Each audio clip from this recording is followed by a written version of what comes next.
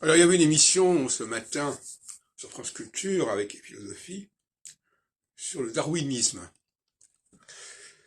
Et effectivement, ça pose un certain nombre de problèmes. Le darwinisme, le lamarckisme, etc. Alors, effectivement, il y a, à mon avis, deux humanités. L'humanité qui fonctionne selon le modèle darwiniste et l'humanité qui fonctionne sur le modèle créationniste ou interventionniste. Donc là, vouloir généraliser, c'est déjà une erreur.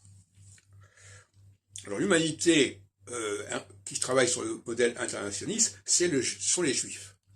L'humanité qui travaille sur le modèle, qui fonctionne sur le modèle darwinien, ce sont les non-juifs. C'est-à-dire les gens qui vivaient avant l'intervention. Avant l'intervention, on était dans le modèle darwinien. Après l'intervention, on est dans le modèle interventionniste, créationniste.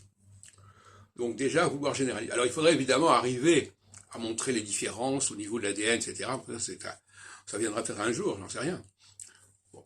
Alors je voudrais dire un certain nombre de points, faire un nombre de mises au point là-dessus. On confond souvent évolutionnisme et cyclologie. La cyclologie, c'est-à-dire qu'il y a un changement, mais ce changement, il est programmé et il est périodique. L'évolutionnisme, c'est les choses évoluent et on ne sait pas très bien où ça va aller. Donc c'est totalement différent comme démarche.